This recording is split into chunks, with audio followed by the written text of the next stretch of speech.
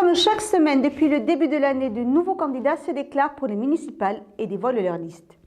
Aujourd'hui, partons chez nos voisins à Saint-Martin-de-Seignan à la rencontre de la liste d'opposition qui nous avait conviés à leur conférence de presse.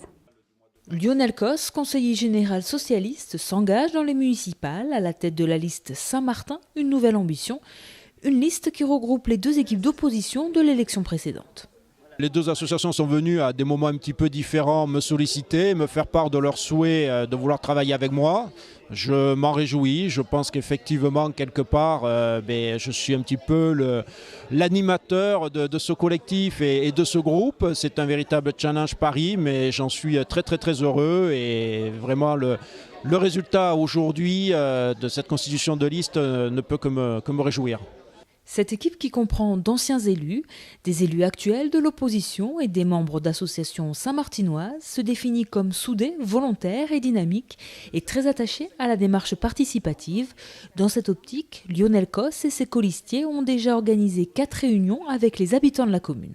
On se doit, je crois, aujourd'hui, maintenant, d'associer les gens au débat politique. Et ça, moi, je suis très attaché. Je suis, quelque part, naturellement, j'aime le débat, j'aime la concertation. Et je pense que le rôle d'un élu aussi, c'est d'écouter et d'entendre les gens et de prendre après les décisions, mais entendu de trancher. Mais avant, il faut absolument débattre et dialoguer avec le plus grand nombre pour prendre les décisions les plus justes possibles. Lionel Cos n'a pas dévoilé son programme au cours de cette conférence de presse, mais il a livré 2 grands axes de travail, redonner à Saint-Martin-de-Seignan sa place de chef-lieu de canton et s'occuper des transports. C'est vrai qu'un enjeu important, c'est l'arrivée de nouvelles populations. Plus de 2000 habitants dans les 10 années à venir sur Saint-Martin-de-Seignan, 800 logements, donc c'est important.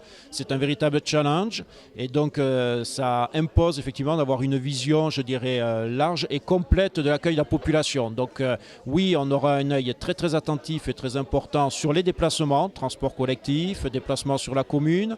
On aura aussi un œil très important sur l'habitant, voilà, les zones à urbaniser.